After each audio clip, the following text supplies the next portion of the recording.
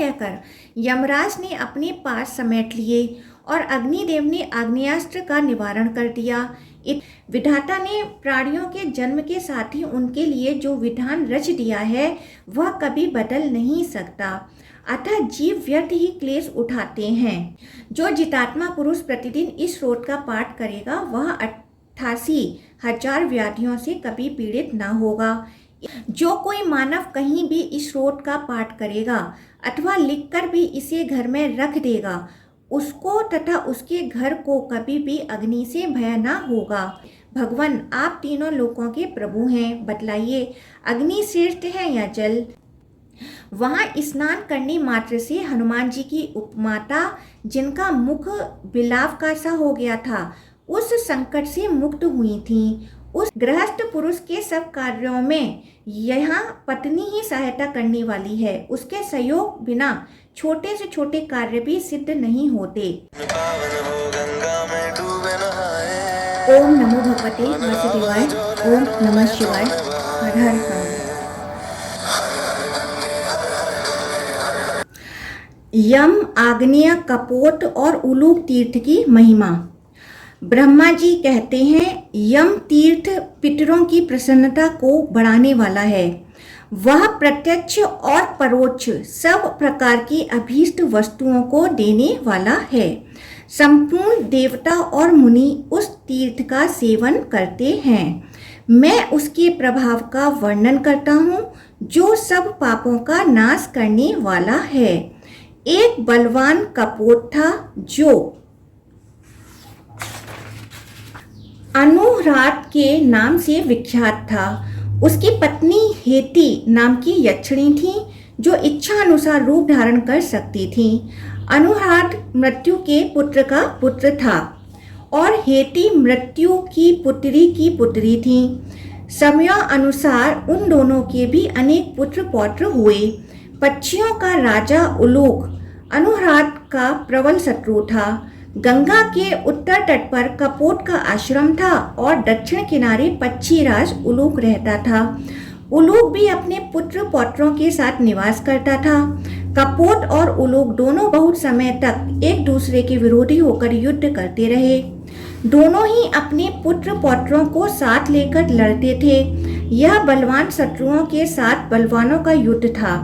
उनमें से उलूक अथवा कपोत किसी की भी जय पराजय नहीं होती थी। कपोत ने यमराज तथा अपने पितामह मृत्यु की आराधना करके याम्यास्त्र प्राप्त किया, अतः वह सबसे अधिक शक्तिशाली हो गया। इसी प्रकार उलूक भी अग्नि की आराधना करके अत्यंत बलवान हो गया। वर पाकर दोनों ही उन्मत्त हो गए थे, अतः फिर उनमें बड़ा भयंकर युद्ध छिड़ गया। उसमें उलूक ने कपोत के ऊपर आग्नेयास्त्र का प्रहार किया। कपोत ने भी उलूक पर यमपाश तथा यमदंड का प्रयोग किया। कपोत की स्त्री हेती बड़ी पतिव्रता थी। उस महायुद्ध में अपने स्वामी के निकट अग्नि को प्रज्वलित देख वह दुख से विहल हो गई। विशेषतः पुत्रों को अग्नि से आवृत देख उसकी व्याकुलता और भी बढ़ गई। उसने अग्निदेव के पास जाकर नाना प्रकार की उक्तियों से स्तवन करना आरंभ किया। हेती बोली, जिनका रूप और दान प्रत्यक्ष है, संपूर्ण पदार्थ जिनके आत्मस्वरूप हैं और देवता जिनके द्वारा हवनीय पदार्थों का भोजन करते हैं, उन यज्ञ भोक्ता स्वहपति अग्नि को मैं नमस्कार करती हूँ। जो देवताओं के मुख देवताओं के भविष्य को वहन करने वाले, देवताओं के होता और देवताओं के दूत हैं, उन आदिदेव भगवान अग्नि की मैं शरण लेती हूँ। जो शरीर के भीतर प्राण रूप में स्थित हैं और बाहर अन्नदाता के रूप में विद्यमान है तथा जो यज्ञ के साधन हैं, उन धनंजय अग्निदेव की मैं शरण लेती हूँ। अग्नि बोले, पतिव्रते, मेरा यह अस्त्र अमोघ है, अतः जिस लक्ष्य पर इसका विश्राम हो सके उसको बताओ। कपोती ने कहा, अग्निदेव, आपका अस्त्र मुझ पर ही विश्राम करे, मेरे पुत्र और पति पर नहीं। मुझे मारकर आप सत्यवादी हों, आपको नमस्कार है। अग्निदेव ने कहा, पतिव्रते, तुम्हारे सुवचन और पति भक्ति से मैं बहुत संतुष्ट हूँ। तुम्हारे स्वामी और पुत्रों का अनिष्ट नहीं होगा। मैं उनकी रक्षा का वचन देता हूँ। यह मेरा आग्नेयास्त्र तुम्हारे पति को, पुत्रों को तथा तुमको भी नहीं जलाएगा, अतः तुम सुखपूर्वक लौट जाओ। इसी बीच में उलूकी ने भी अपने पति को देखा। वह यमपास से बनकर यमदंड से ताड़ित हो रहे थे। सती साध्वी उलूकी यह देखकर बहुत दुखी हुई और भय से व्याकुल हो यमराज के पास गईं। उलूकी बोली, देव, मनुष्य आपसे भयभीत होकर भागते हैं, आपसे डरकर ब्रह्मचार्य का पालन करते हैं, आपके ही भय से धीर पुरुष उत्तम बर्ताव करते हैं और आपके ही डर से कर्मों के अनुष्ठान में लगते हैं। आपसे भय पाकर लोग उपवास करते और गांव छोड़कर वन में जाते हैं। आपके ही डर से सौम्य भाव ग्रहण करते और आपके ही भय से सोमपान करते हैं। आपसे भयभीत पुरुष ही अन्नदान और गौदान में प्रवृत्त होते हैं और आपसे डरकर ही मुमुक्षु ब्रह्मवादी की चर्चा करते हैं। इस प्रकार स्तुति करती हुई उलूकी से दक्षिणा दिशा के स्वामी यमराज ने कहा, तुम्हारा कल्याण हो, तुम वर मांगो, मैं तुम्हें मन के अनुकूल वर दूंगा। यमराज की यह बात सुनकर पतिव्रता उलूकी ने उनसे कहा, सुरश्रेष्ठ, मेरे स्वामी आपके पास में बंधे हैं और आपके ही दंड से पीड़ित हो रहे हैं। आप उससे मेरे पति और पुत्रों की रक्षा करें। उसकी यह कातर वाणी सुनकर यमराज को बड़ी दया आई। उन्होंने बार बार कहा, सुमुखी, मेरे ये पास और दंड किस पर पड़े, इनके लिए स्थान बताओ। उसने कहा, जगदीश्वर, आपके पास मुझे ही बांधें और आपका दंड भी मुझ पर ही पड़े। यमराज ने कहा, सुबह तुम्हारे पुत्र, पति और तुम सब लोग निश्चिंत होकर जीवन व्यतीत करो। यूं कहकर यमराज ने अपने पास समेट लिए और अग्निदेव ने आग्नेयास्त्र का निवारण कर दिया। इतना ही नहीं, उन दोनों देवताओं ने मिलकर कपोट और उलूक में प्रेम करा दिया। फिर पक्षियों से कहा, तुम लोग इच्छा अनुसार वर मांगो। दोनों पक्षी बोले, भगवान, हमने आपस के वैर के कारण आप लोगों का दुर्लभ दर्शन प्राप्त किया। हम तो पाप योनि पक्षी हैं, वरदान लेकर क्या करेंगे? तथापि यदि आप लोग प्रेम पूर्वक वर देना ही चाहते हैं तो हम लोग उस कल्याण में वर को अपने लिए नहीं चाहते। देवेश्वरों, जो अपने लिए याचना करता है वह शोक का पात्र है। जो सदा परोपकार के लिए उद्धत रहता है उसी का जीवन सफल है। अग्नि, जल, सूर्य, पृथ्वी और नाना प्रकार के धान्यों का तथा विशेषतः संत महात्माओं का उपयोग सदा दूसरों के भले के लिए ही होता है, क्योंकि ब्रह्मा आदि देवता भी एक दिन मृत्यु को प्राप्त होते हैं। देवेश्वरों, यह जानकर स्वार्थ सिद्धि के लिए परिश्रम करना व्यर्थ है। विधाता ने प्राणियों के जन्म के साथ ही उनके लिए जो विधान रच दिया है वह कभी बदल नहीं सकता, अतः जीव व्यर्थ ही क्लेश उठाते हैं। इसलिए हम जगत के कल्याण के लिए ही कुछ याचना करते हैं। हमारी यह याचना सबके लिए गुणदायक है। आप दोनों इसका अनुमोदन करें। गंगा के दोनों तटों पर जो हमारे आश्रम हैं वह तीर्थ रूप में परिणत हो जाएं। वहाँ कोई पापी या पुण्यात्मा जिस किसी तरह जो कुछ भी स्नान, दान, जप, होम तथा पितरों का पूजन आदि करे वह सब अक्षय पुण्य देने वाला हो। यमराज बोले, जो लोग गौतमी के उत्तर तट पर यम स्रोत का पाठ करेंगे उनके वंश में 7 पीढ़ियों तक किसी की अकाल मृत्यु नहीं होगी। वह पुरुष सदा सब प्रकार की संपत्तियों के भागी होंगे। जो जितात्मा पुरुष प्रतिदिन इस स्रोत का पाठ करेगा वह 88,000 व्याधियों से कभी पीड़ित न होगा। इस तीर्थ में 3 मास तक स्नान करने से सती साध्वी स्त्री गर्भवती होगी। वंध्या भी 6 महीने तक स्नान करने से गर्भवती होंगी। गर्भिणी स्त्री 1 सप्ताह स्नान करें तो वह वीर पुत्र की जननी होंगी और उसका पुत्र भी 100 वर्ष की आयु वाला, धनवान, बुद्धिमान, सूरवीर तथा पुत्र पौत्रों का विस्तार करने वाला होगा। इस तीर्थ में पिंड आदि देने से पितरों की मुक्ति हो जाएगी। कोई भी मनुष्य इसमें स्नान करने से मन, वाणी तथा शरीर जन्य पाप से मुक्त हो जाएगा। अग्निदेव ने कहा, जो लोग नियम पूर्वक रहते हुए दक्षिण तट पर मेरे स्तोत्र का पाठ करेंगे उन्हें मैं आयु, आरोग्य, ऐश्वर्य, लक्ष्मी तथा रूप प्रदान करूंगा। जो कोई मानव कहीं भी इस स्तोत्र का पाठ करेगा अथवा लिखकर भी इसे घर में रख देगा, उसको तथा उसके घर को कभी भी अग्नि से भय न होगा। जो मनुष्य पवित्र होकर अग्नि तीर्थ में स्नान और दान करेगा उसे निश्चय ही अग्निहोत्र यज्ञ का फल मिलेगा। तब से वह तीर्थ याम्य तीर्थ, आग्नेय तीर्थ, कपोत तीर्थ, उलूक तीर्थ और हेट्योलूक तीर्थ के नाम से विद्वानों में प्रसिद्ध हुआ। वहाँ 3390 तीर्थ हैं और उनमें से प्रत्येक तीर्थ मोक्ष देने वाला है। उन तीर्थों में स्नान करने से मनुष्य पवित्र होते, पुत्र और धन पाते तथा अंत में स्वर्गलोक को जाते हैं। तपस तीर्थ, इंद्र तीर्थ और वृषा कपि एवं अब्जक तीर्थ की महिमा। ब्रह्मा जी कहते हैं, तपस तीर्थ बहुत बड़ा तीर्थ है। वह तपस्या की वृद्धि करने वाला, समस्त अभिलिखित वस्तुओं का दाता, पवित्र तथा पितरों की प्रसन्नता को बढ़ाने वाला है। उस तीर्थ में जो पापनाशक घटना घटी है उसे बतलाता हूँ, सुनो। ऋषियों में अग्नि और जल की श्रेष्ठता को लेकर परस्पर संवाद हुआ।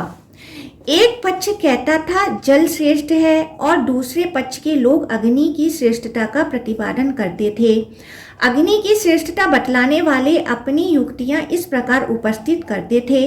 अग्नि के बिना जीवन कहाँ रह सकता है, क्योंकि अग्नि ही जीव रूप है। आत्मा और भविष्य भी वही है। अग्नि से ही समस्त जगत की उत्पत्ति होती है। अग्नि ने समस्त विश्व को धारण कर रखा है। अग्नि ही ज्योतिर्मय जगत है। अतः अग्नि से बढ़कर दूसरा कोई भी अत्यंत पावन देवता नहीं है। अग्नि को ही अंतर ज्योति तथा परम ज्योति कहते हैं। अग्नि के बिना कोई भी वस्तु नहीं है। यह त्रिलोकी की अग्नि का धाम है। इसलिए पांचों भूतों में अग्नि ही श्रेष्ठ, दूसरा कोई नहीं है। नारी के योनि में पुरुष जो वीर स्थापित करता है और उसमें जो देह आदि के निर्माण की शक्ति होती है वह सब अग्नि ही है।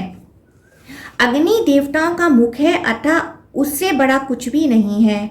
दूसरे वेदवासी पुरुष जल को श्रेष्ठ मानते थे। उनका कहना था जल से ही अन्न की उत्पत्ति होती है तथा जल से ही मनुष्य शुद्ध होता है। जल ने ही सबको धारण कर रखा है, अतः जल को माता माना गया है। पुराण वेताओं का कथन है कि जल ही तीनों लोकों का जीवन है। जल से ही अमृत उत्पन्न हुआ है और जल से ही औषधियाँ होती हैं। इस प्रकार एक पक्ष अग्नि को श्रेष्ठ कहता था और दूसरा पक्ष जल को।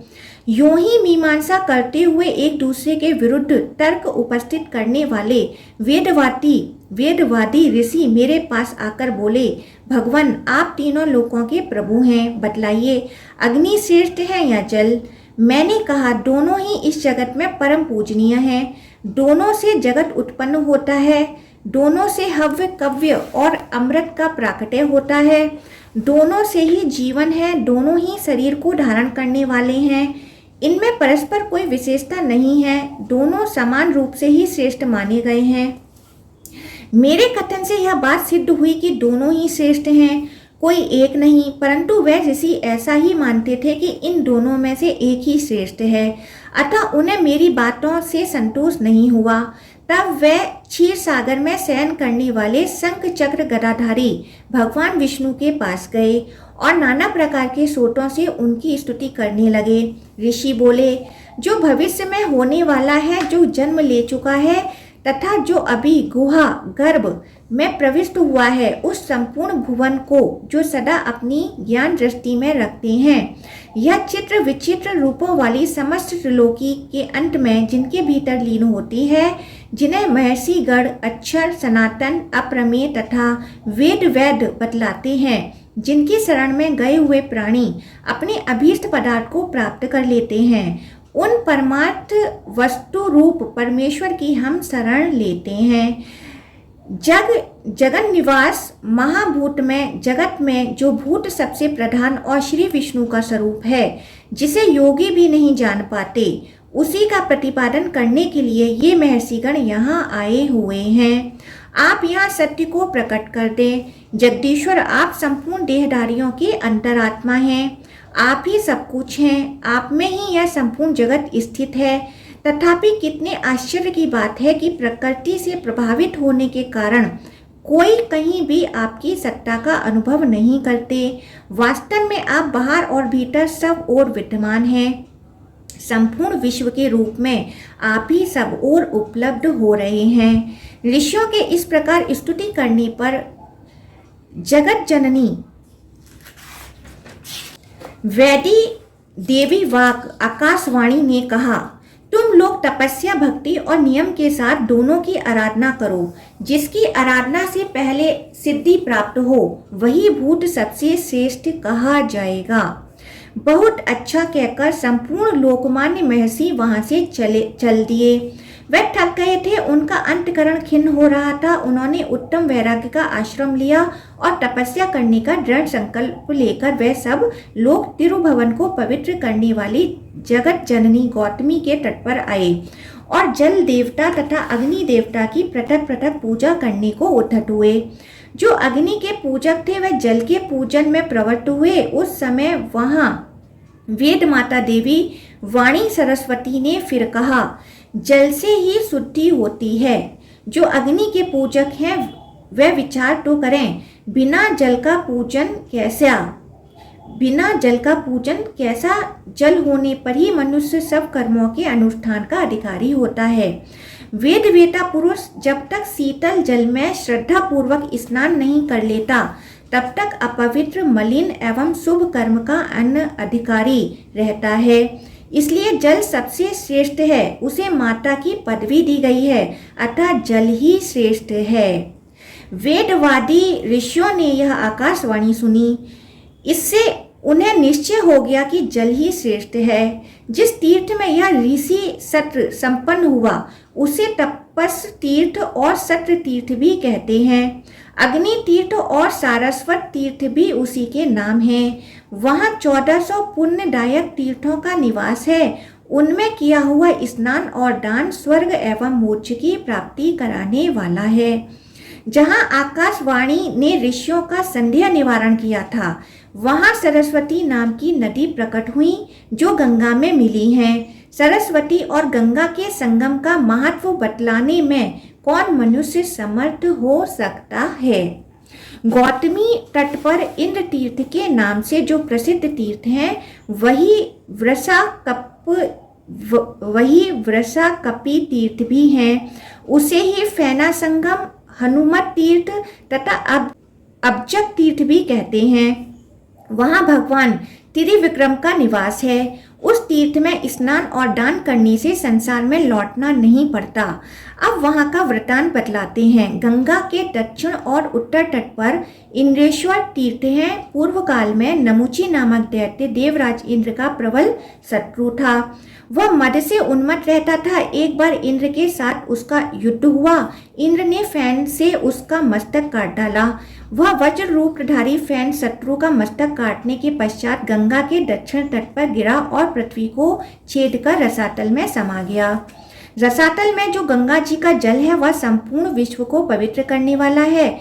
वज्र ने पृथ्वी को छेद कर जो मार्ग बना दिया था उसी मार्ग से वह पाताल गंगा का जल पृथ्वी के ऊपर निकल आया। उसी को फैना नदी कहते हैं। गंगा जी के साथ जो उसका पवित्र संगम हुआ है वह संपूर्ण विश्व में विख्यात है। गंगा यमुना के संगम की भांति वह भी समस्त पापों का नाश करने वाला है। वहां स्नान करने मात्र से हनुमान जी की उपमाता जिनका मुख बिलाव का सा हो गया था उस संकट से मुक्त हुई थीं। उस तीर्थ को मार्जार तीर्थ और हनुमत तीर्थ भी कहते हैं। उसका उपाख्यान पहले कहा जा चुका है। अब वृषा, कपि और अब्जक तीर्थ की कथा सुनो। हिरण्य नाम से विख्यात एक दैत्यों का पूर्वज था। वह तपस्या करके संपूर्ण देवताओं से अजय हो गया था। हिरण्य बड़ा भयंकर दैत्य था। उसका बलवान पुत्र महाशनि के नाम से विख्यात था। वह भी देवताओं के लिए सदा दुर्जय था। उसकी स्त्री का नाम पराजिता था। एक बार महापराक्रमी महाशनि ने युद्ध के मुहाने पर ऐरावत सहित इंद्र को परास्त किया और उन्हें ले जाकर अपने पिता को सौंप दिया। इंद्र पर विजय पाने के बाद महाशनि ने वरुण को जीतने के लिए उन पर आक्रमण किया, किंतु वरुण बड़े बुद्धिमान थे। उन्होंने महाशनि को अपनी कन्या ब्याह दी। इधर तीनों लोग बिना इंद्र के हो गए।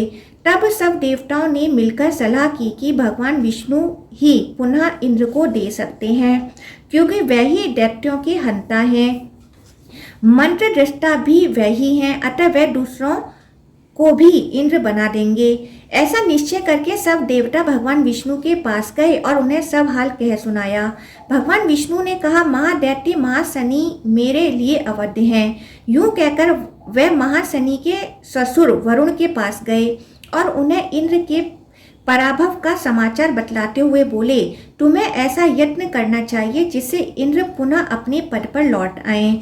भगवान विष्णु के आदेश से वरुण शीघ्र ही वहां गए। दैत्य ने विनय पूर्वक अपने ससुर से वहां पधारने का कारण पूछा। वरुण ने कहा, महाभाहो, कुछ दिन पहले तुमने इंद्र को परास्त करके रसातल में बंदी बना लिया है। वे देवताओं के राजा हैं, उन्हें लौटा दो। यदि शत्रु को मानकर फिर छोड़ दिया जाए तो वह सत्पुरुषों के लिए महान कारण होता है। बहुत अच्छा कहकर दैत्यराज महाशनि ने ऐरावत सहित इंद्र को लौटा दिया और उनसे यह बात कही, इंद्र, आज से तुम शिष्य हुए और मेरे ससुर वरुण जी तुम्हारे गुरु हुए, क्योंकि इन्होंने तुम्हें मुक्ति दिलाई है। अतः तुम वरुण के प्रति स्वामी भाव रखकर स्वयं भृत्तिका सा बर्ताव करना, नहीं तो फिर तुम्हें बांधकर रसातल के कारागृह डाल दूंगा। इस प्रकार इंद्र को फटकार कर उसने बारंबार हंसते हुए कहा, जाओ जाओ, वरुण जी का सदा आदर करना। इंद्र अपने घर आए। वह अपमानपूर्ण लज्जा से काले पड़ गए थे। उन्होंने शत्रु द्वारा तिरस्कृत होने की सी सारी बातें इंद्राणी को कह सुनाई और पूछा, सुमुखी, शत्रु ने मुझसे इस तरह कठोर बातें कहीं और मेरे साथ ऐसा अनुचित बर्ताव किया, इससे मेरे हृदय में आग लग रही है। तुम ही बताओ कैसे अपने हृदय को शीतल करूं। इंद्राणी ने कहा, बलसूदन, मैं दानवों की उत्पत्ति, पराजय, माया, वरदान तथा मृत्यु सब जानती हूँ। महाशनि को तपस्या से ही यह शक्ति प्राप्त हुई है। तपस्या से कुछ भी असाध्य नहीं है। यज्ञ कर्म से कोई बात असंभव नहीं है। जगन्नाथ, भगवान विष्णु तथा विश्वनाथ शिव की भक्ति से कोई भी कार्य ऐसा नहीं है जो सिद्ध ना हो सके। प्राणनाथ, मैंने और भी एक बहुत सुंदर बात सुन रखी है, कारण कि स्त्रियां ही स्त्रियां के स्वभाव को जानती हैं। प्रभु, भूमि तथा जल की अधिष्ठात्री देवियों के द्वारा कोई भी कार्य असाध्य नहीं है। तपस्या अथवा यज्ञ आदि उन्हीं दोनों के सहयोग से होते हैं। उसमें भी जो तीर्थ भूमि हो वही आप चलें। उस स्थान पर भगवान विष्णु तथा शिव की पूजा करके संपूर्ण अभीष्ट वस्तुएं प्राप्त कर लेंगे। मैंने यह भी सुना है कि जो स्त्रियां पतिव्रता हैं वही सब कुछ जानती हैं। उन्होंने ही चराचर जगत को धारण कर रखा है। पृथ्वी पर सबसे सारभूत स्थान है दंडक वन, जहाँ जगत जननी गंगा बहती हैं। वहीं चलकर आप दीन दुखियों के पीड़ा दूर करने वाले जगदीश्वर श्री विष्णु अथवा शिव की आराधना करें। दुख के समुद्र में डूबने वाले अनाथ मनुष्यों को श्री शिव तथा श्री विष्णु अथवा गंगा के सिवा दूसरा कोई कहीं भी शरण देने वाला नहीं है। अतः एकाग्रचित्त होकर पूर्ण प्रयत्न करके आप इनको संतुष्ट करें। मेरे साथ रहकर भक्ति, श्रोत तथा तपस्या के द्वारा इनकी आराधना करें। तत्पश्चात भगवान शिव और विष्णु के प्रसाद से आप कल्याण के भागी होंगे। बिना जाने किया हुआ कर्म कर्मनिष्ठ पुरुष को 1 गुना फल देता है। इसके विधि विधान और तत्व को अच्छी प्रकार जानकर करने से 100 गुना फल मिलता है और पत्नी के साथ उसका अनुष्ठान करने से वही कर्म अनंत फल देने वाला होता है।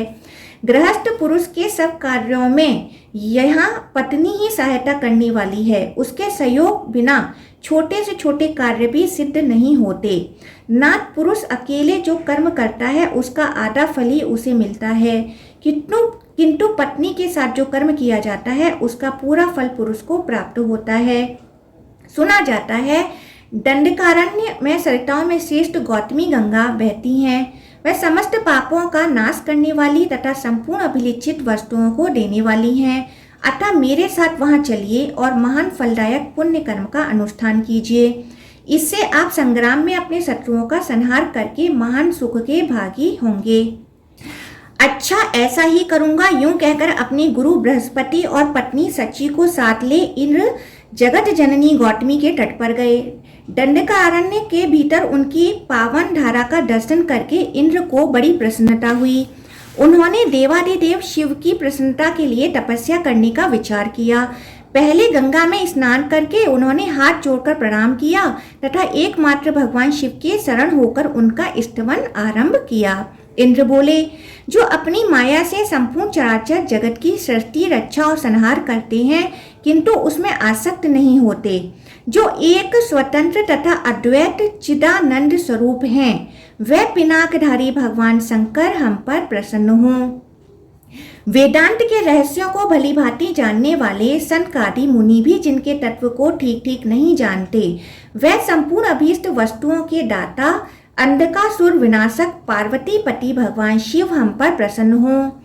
जब पाप, दरिद्रता, लोभ, याचना, मोह और विपत्ति आदि अनंत सांसारिक दुख प्रकट हुए, उनका प्रभाव फैलने लगा और उनसे संपूर्ण जगत व्याप्त हो गया, तब यह सब अवस्था देखकर देवेश्वर महादेव जी बड़े चकित हुए और देवी पार्वती से बोले, लोकेश्वरी, यह संपूर्ण जगत नष्ट होना चाहता है, तुम इसकी रक्षा करो। लोक माता उमा, तुम सबको शरण देने वाली, उत्तम ऐश्वर्य से युक्त, परम कल्याणमयी तथा संपूर्ण जगत की प्रतिष्ठा हो। वरदायिनी, तुम्हारी जय हो। तुम भोग, समाधि, परम मुक्ति, स्वाहा, स्वधा, स्वस्ति, अनादि, सिद्धि, वाणी, बुद्धि तथा अजर अमर हो। मेरी आज्ञा के अनुसार तीनों लोकों में विद्या आदि रूप से तुम रक्षा करती हो। तुमने ही प्रकृति रूप से इस विचित्र त्रिलोकी की सृष्टि की है। शंकर जी के यूं कहने पर उनकी प्राण वल्लभा भगवती उमा उनका आलिंगन करके प्रेमालाप करने लगी और थककर भगवान के आधे शरीर में लग गईं तथा अपने हाथ की अंगुलियों से पसीने का जल पोंछकर फेंका। उस जल से पहले धर्म का प्रादुर्भाव हुआ, उसके बाद लक्ष्मी प्रकट हुई, फिर दान, उत्तम वृष्टि, सत्व, सरोवर, धान्य, पुष्प, फल, शस्त्र, शास्त्र, ग्रहोपयोगी अस्त्र, तीर्थ, वन तथा चराचर जगत का आविर्भाव हुआ। देवी, यह सब पाप रहित सृष्टि थी। भगवती उमा, तुम्हारे प्रभाव से संसार में प्रचुर सुख की वृद्धि हुई। सदा सब और मंगलमय कृत्य शोभा पाने लगे। जगदम्बे, तुम संपूर्ण जगत की स्वामिनी हो और हम भय से डरे हुए हैं, अतः तुम हमारी रक्षा करो। कोई तर्क करते करते मोहित हो जाते हैं और कोई उसी में लीन रहते हैं, परंतु हम तो शिव और शक्ति के सुंदर अद्वैत रूप को सर्वदा नमस्कार करते हैं। इस प्रकार स्तुति करने वाले इंद्र के समक्ष भगवान शंकर प्रकट हुए और बोले, देवराज, तुम क्या चाहते हो? अपना अभीष्ट मनोरथ कहो। इंद्र ने कहा, भगवान, मेरा बलवान शत्रु महाशनि, जो देखने में वज्र के समान भयंकर है, मुझे बांधकर रसातल ले गया था। वहां उसने अनेक बार मेरा तिरस्कार किया और वचन रूपी बाणों से बींधता रहा। मेरा यह प्रयत्न उसी का वध करने के लिए है। आप मुझे यह शक्ति प्रदान कर कीजिए जिससे शत्रु का नाश कर सकूं। जिसने मेरा अपमान किया है उसका नाश करने पर ही मैं अपना नया जन्म मानूंगा। विजय और लक्ष्मी की अपेक्षा कीर्ति ही श्रेष्ठ है। यह सुनकर शिव ने इंद्र से कहा, अकेले मेरे द्वारा तुम्हारे शत्रु का वध नहीं हो सकता, अतः तुम अविनाशी भगवान जनार्दन की भी आराधना करो। सची भी ऐसा ही करें। भगवान नारायण तीनों लोकों के एकमात्र आश्रय हैं। उनकी अनन्य चित्त से उपासना करो। भगवान शिव की आज्ञा से इंद्र गंगा जी के दक्षिण तट पर मुनीश्वर आपस्तंबक के पास गए और उनको साथ लेकर फेना तथा गंगा के पवित्र संगम पर भांति भांति के वैदिक मंत्रों एवं तपस्या के द्वारा भगवान जनार्दन की स्तुति करने लगे। उनकी स्तुति से भगवान विष्णु को बड़ी प्रसन्नता हुई और वे प्रत्यक्ष प्रकट होकर बोले, इंद्र, तुम्हें क्या वरदान दूं? वे बोले, मुझे एक ऐसा वीर दीजिए जो मेरे शत्रु का वध कर सके। भगवान ने कहा, दे दिया। फिर तो शिव, गंगा तथा विष्णु के प्रसाद से जल के भीतर से एक पुरुष प्रकट हुआ। उसने भगवान शिव और विष्णु दोनों के स्वरूप धारण किए थे। उसके हाथ में चक्र भी था और त्रिशूल भी। उसने रसातल में जाकर इंद्र शत्रु महाशनि का वध किया। उसका नाम अब्जक और वृषाकपि हुआ। वह इंद्र का सखा बन गया। इंद्र स्वर्ग में रहते हुए भी प्रतिदिन वृषाकपि के पास आते थे। उन्हें अन्यत्र आसक्त देख सची के हृदय में प्रणय कोप का उदय हुआ। तब इंद्र ने हंसकर उन्हें सांत्वना देते हुए कहा, प्रिय, मैं अपने शरीर की शपथ खाकर कहता हूँ, मित्रवर वृषाकपि के सिवा और किसी के घर नहीं जाता, अतः तुम्हें मुझ पर संदेह नहीं करना चाहिए। तुम पतिव्रता और मेरी प्रियतमा हो। धर्म करने तथा उचित सलाह देने में मेरी सदा सहायता करती हो, साथ ही संतानवती और कुलीन भी हो। फिर तुम्हारे सिवा दूसरी कौन स्त्री मेरी प्रियतमा हो सकती हैं? तुम्हारे ही उपदेश से मैं महानदी गौतमी गंगा के तट पर गया और वह भगवान विष्णु, शिव तथा मित्र वृषाकपि के प्रसाद से दुख सागर के पार हुआ और अब यहाँ राज्य से च्युत न होने वाला इंद्र हूँ। यह सब तुम्हारे सहयोग का फल है। जहाँ स्वामी के चित्त का अनुसरण करने वाली पतिव्रता स्त्री हो, वहाँ कौन सा कार्य असाध्य है? वहाँ तो मोक्ष भी दुर्लभ नहीं है। फिर अर्थ काम आदि की तो बात ही क्या है। पत्नी भी परम मित्र है। वह लोक और परलोक दोनों में हितकारिणी होती है। पत्नी भी यदि कुलीन, प्रिय बोलने वाली, पतिव्रता, रूपवती, गुणवती तथा संपत्ति और विपत्ति में समान रूप से साथ देने वाली हो, तो उसके द्वारा इस त्रिलोकी में कुछ भी असाध्य नहीं है। प्रिय, तुम्हारी बुद्धि से ही मुझे यह मंगलमय अवसर प्राप्त हुआ है। अब तो तुम जो कहो वही मुझे करना है और कुछ नहीं। परलोक और धर्म के लिए उत्तम पुत्र के समान कोई सहायक नहीं है। संकट में पड़े हुए पुरुष के लिए स्त्री के समान दूसरा कोई औषधि नहीं है। निःश्रेयस पद की प्राप्ति तथा पाप से मुक्ति कराने के लिए गंगा के समान कोई नदी नहीं है।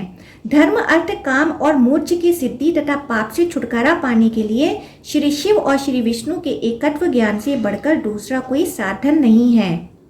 पतिव्रते, तुम्हारी बुद्धि से तथा श्री शिव, श्री विष्णु और गंगा के प्रसाद से मुझे यह सब अभीष्ट वस्तु प्राप्त हुई हैं।